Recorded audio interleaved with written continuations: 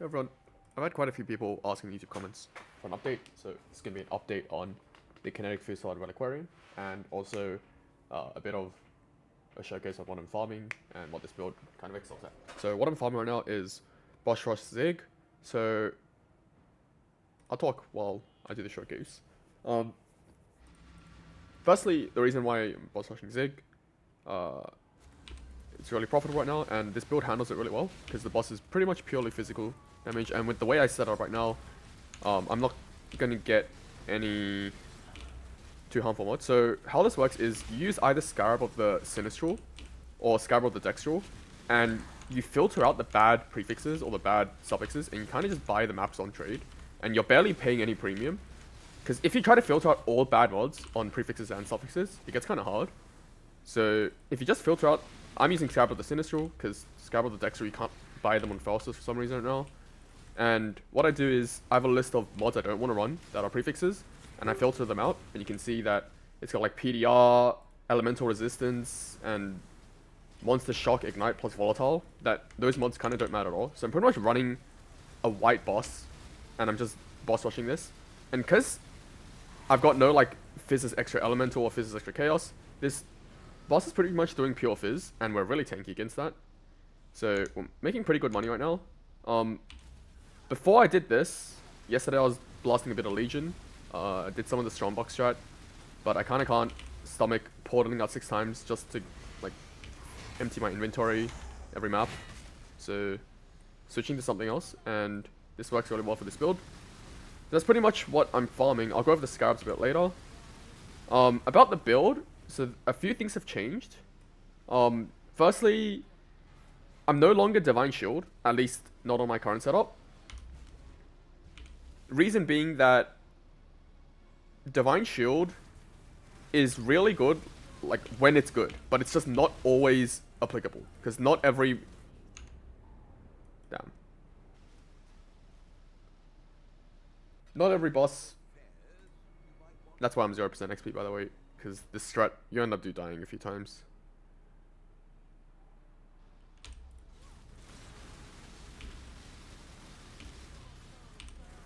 Not every boss does physical damage, so Divine Shield can't actually sustain your energy shield along with the mastery. You're gonna have to have some other form of recovery, which I'll go over later. There are a few options you have, but this is by far the best and easiest. The one I'm currently doing. What else? Yeah, that's pretty much the only thing that's changed from my initial plans. So I'll go over the showcase. We're quite tanky for stuff like this. You can kind of just AFK.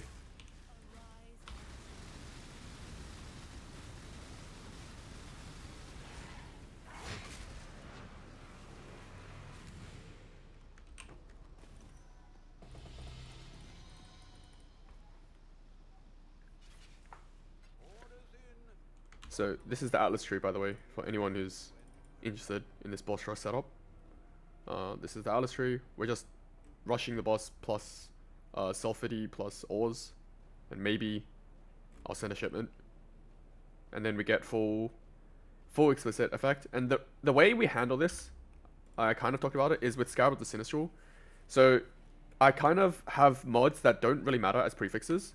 It's double effect of prefixes, and the suffixes don't matter at all. So Runes of the Searing Exarch, Monster Suppress, PDR, Monsters Inflict 2 Grasping Vines, these don't matter at all. So I'm pretty much running a white map when it comes to difficulty, but I still get all the like effect of quant, pack size, and all that. So really, really powerful Scarab for running T17s when your build's not able to handle every mod. You just filter out the bad mods on trade. I have a list of one. I have a not filter on my trade, and I just buy them. On top of that, I add Sulfide Scarab for Nico. This influencing Scarab of Interference. So what happens is, with every boss, it spawns an additional Guardian boss that can drop its respective map. But when you run it with Ziggurat, the 3 like mini bosses, they each have their own Guardian boss that spawns as well. So you get 4 Guardians.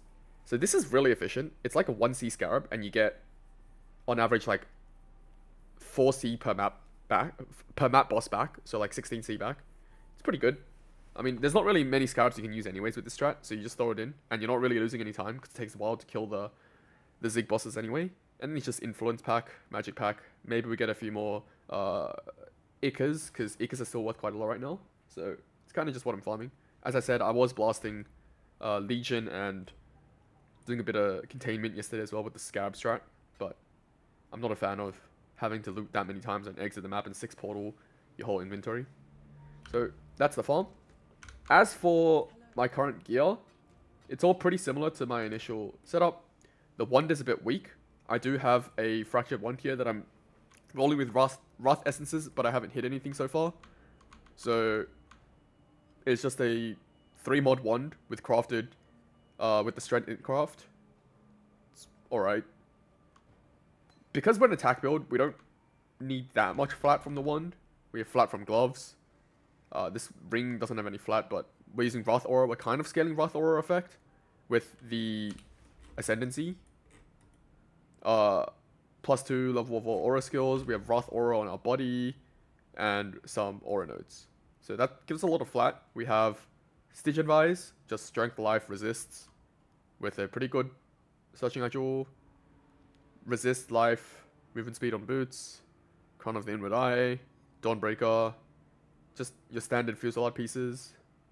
Do note we can allocate multi-shot. We don't need the reduced duration. If you have, I think I'm barely over the attack speed limit right now, but it's fine. It's barely noticeable. If I had 20% reduced, it would be perfect. But it's like a 1D upgrade, and I'm not really bothered. Body armor. This body could be better. I slammed T6 life, which is about equivalent to the 15% life mastery. But obviously, I'll prefer to have hybrid ES here and then take the mastery. So the main thing that's changed is we're no longer pathing here for Divine Shield.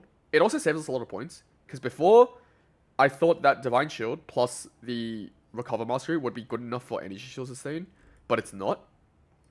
So the workaround is Forbidden Flame Trickster. So what this does is, let me try and bring it up.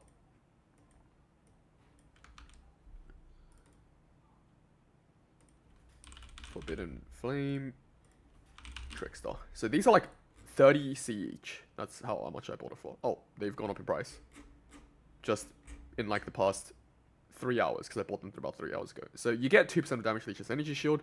You get 2% more damage for each different type of mastery you have allocated. So it's about 18% more damage for us. Energy shield leech fixes our ES sustain. So before, what I was doing is I would allocate Ghost Reaver, and then you lose your life leech. But because you have so many projectiles, you have 4 life gain on hit here. I would take this small passive, and then I would path in here for Circle of Life.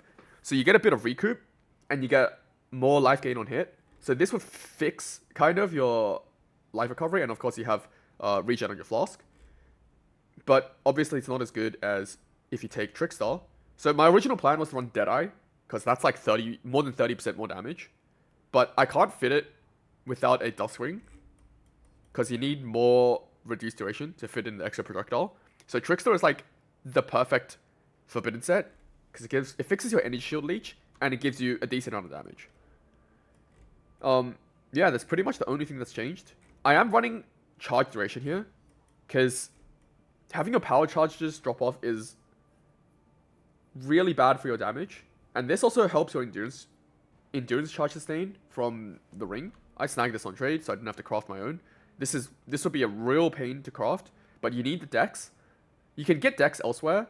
Oh, actually, I don't know if you can, because these are strength int bases. So you need the dex here.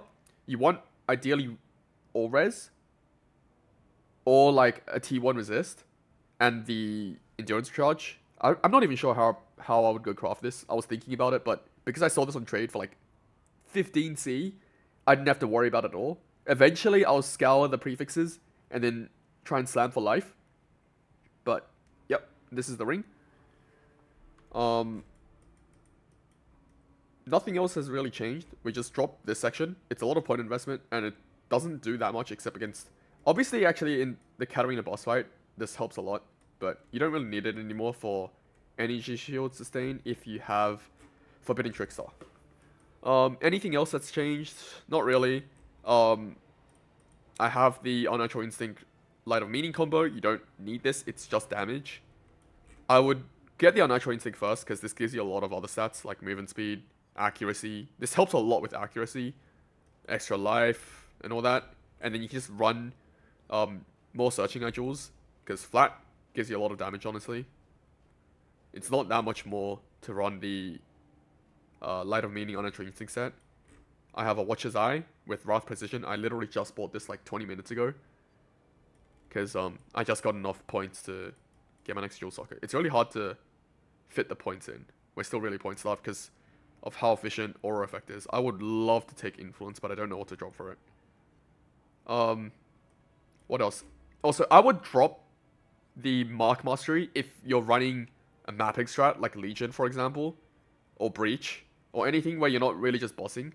Because the Mark, the nodes don't do much for map clear, and you'll get Frenzy's Charge Sustain if you run Blood Rage on cast when damage taken. This will sustain your Frenzies, so you don't need this. But because I'm doing a boss rush strat, I would prefer to take these. They're really efficient points for a single target. And if you drop these, then I would put them into Influence. And then probably also take the 8% damage for each, just to help with map clear. Yeah. Flasks. You want on your Diamond Flask, % chance to gain the charge when you deal a crit. Just have this perma sustain. And everything else you want Flagellance. Suffixes, % armor. % armor and % increased crit are the mandatory ones. You don't really need reduced effect of shock, to be honest. If you don't have this, I would just drop the Flesh and Stone for Tempest Shield, because it gives you about the same EHP for mapping, but you don't really care that much about max it anymore when you have 7k pool plus all out armor.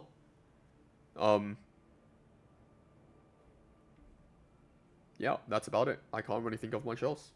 So that's the update. Hope this helps. If anyone is actually playing this build, I will link my current POB in the description.